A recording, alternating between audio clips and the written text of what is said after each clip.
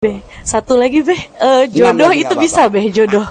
Hah? Jodoh itu bisa. Jodoh. Bisa. Nanti begini, Mbak Sarah itu pertama nanti kita obrolin apa kira-kira penambahan nama ya atau pengurangan huruf yang satu kita ambil dulu yang nilai yang jumlah hurufnya itu ganjil ya sebagai idealnya perempuan. Kemudian kita naikkan lagi nilai numeriknya. Bagaimana dia supaya 8, 9, 10 atau 11 totalnya. Karena depan Mbak Sarah udah bagus. Itu 11, cukup punya karisma. Kemudian tanggalnya tadi berapa? 11 ya. 11 Desember ya. Nah, tanggalnya 11 itu juga orang yang bisa ngemong sebenarnya. Orang yang bisa memberi advice, orang yang bisa mempengaruhi orang lain. Nah, nilai 11 itu kayak Rhoma Irama itu lahirnya tanggal 11 Desember itu. Tahun berapa? 40 atau 42. Nah, dia bisa merevolusi dangdut gitu ya. Nah, dia bikin grup soneta yang kebetulan nilai numeriknya 11. Jadi soneta dan Rhoma Irama itu masih eksis sampai sekarang gitu. Nah, gitu. Jadi nanti setelah dibuat ganjil jumlah hurufnya, kemudian nilai numeriknya itu ditambah dengan cara mengurangi huruf atau menambah huruf. Bagaimana supaya dibuat 8, 9, 10, 11. Nah, kemudian data lahirnya yang tadinya 11 bulan 12 ya. Nah, dibuat tanggal 11 bulan 11. Nanti totalnya juga 11 itu. Nah, ada dikurangi 1 aja, 3 kurang 1 kan 2. 2 ekuivalen dengan 11. Nah, ini bismillah gitu ya. Nanti Babe juga kasih doa. Bagaimana doa yang baik itu di gelombang alfa. Kenapa Rasulullah tuh nyuruh para sahabatnya itu sholat malam kalau mau doamu makbul. Nah, ini diteliti oleh ilmuwan belakangan bahwa malam itu kenapa orang bangun malam? Kenapa doanya makbul? Karena ngantuk. Nah, ngantuk ini dia gelombang alfa 8 sampai 12 Hz. Kemudian gelombang alfa juga gelombang subconscious, juga gelombang hipnosis. Nah, jadi malam itu orang berada di gelombang alfa, gelombang subconscious, gelombang hipnosis.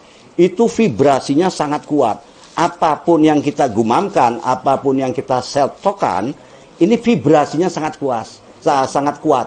Maka kadang-kadang orang bilang menggetarkan aras. Nah, ini vibrasi itu, bervibrasi dia, getar.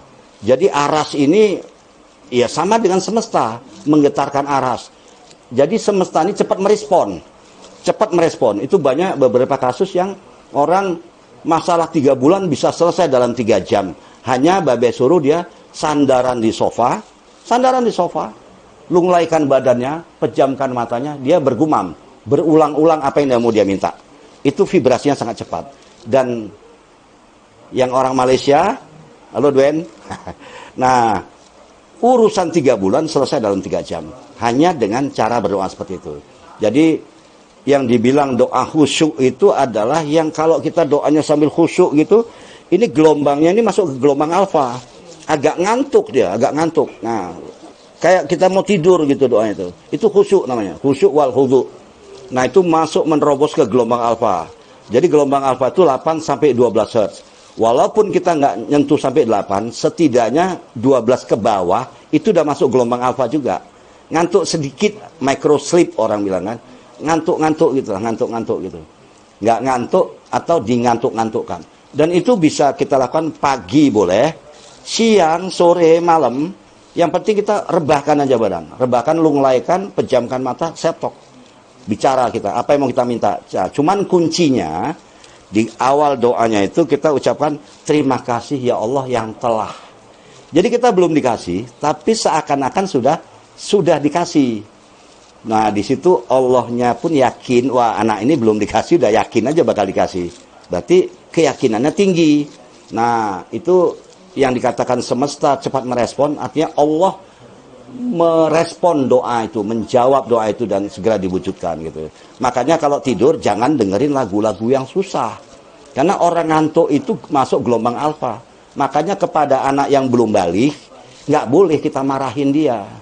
Jangan dimarahin anak kecil. Anak yang mulai sejak 4 bulan dalam kandungan sampai dia balik, ini anak ini wajib dipuji.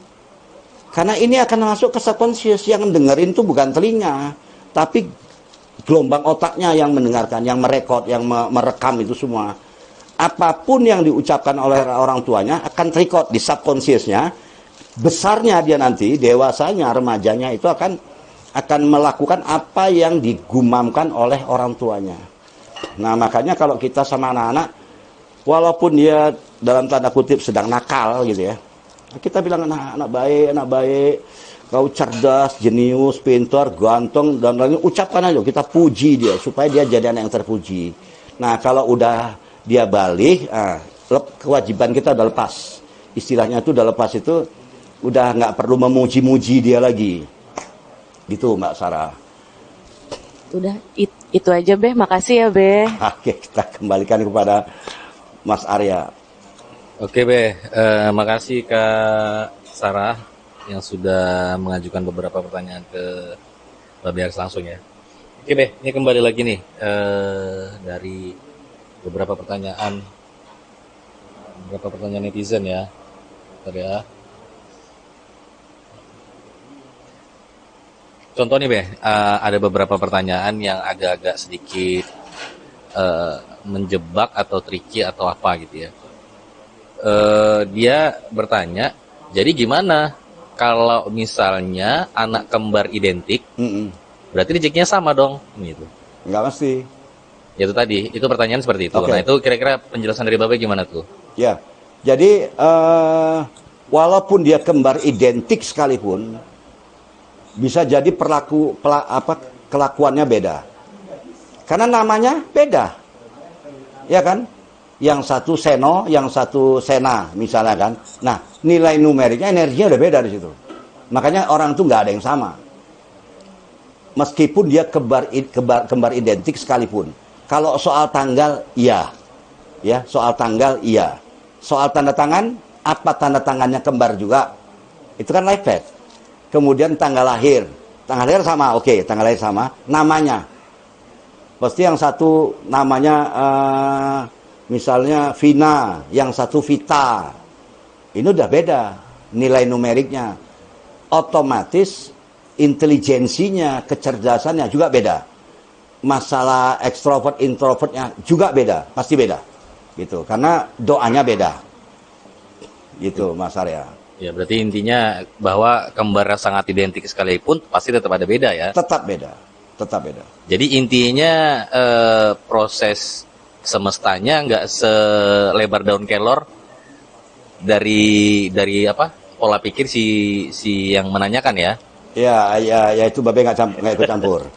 Enggak, karena orang bertanya pun dia ada pertanyaan yang berkualitas, iya, dan ada pertanyaan yang kurang berkualitas. Iya, soalnya gini, Nah, itu menyangkut energi orang itu juga. Iya, soalnya gini kan, saya pernah melihat satu semacam artikel psikologis bahwa kembar sangat identik sekalipun itu ternyata walaupun bukan dari nama ya, nama jelas pasti beda kan, nggak mungkin kembar juga.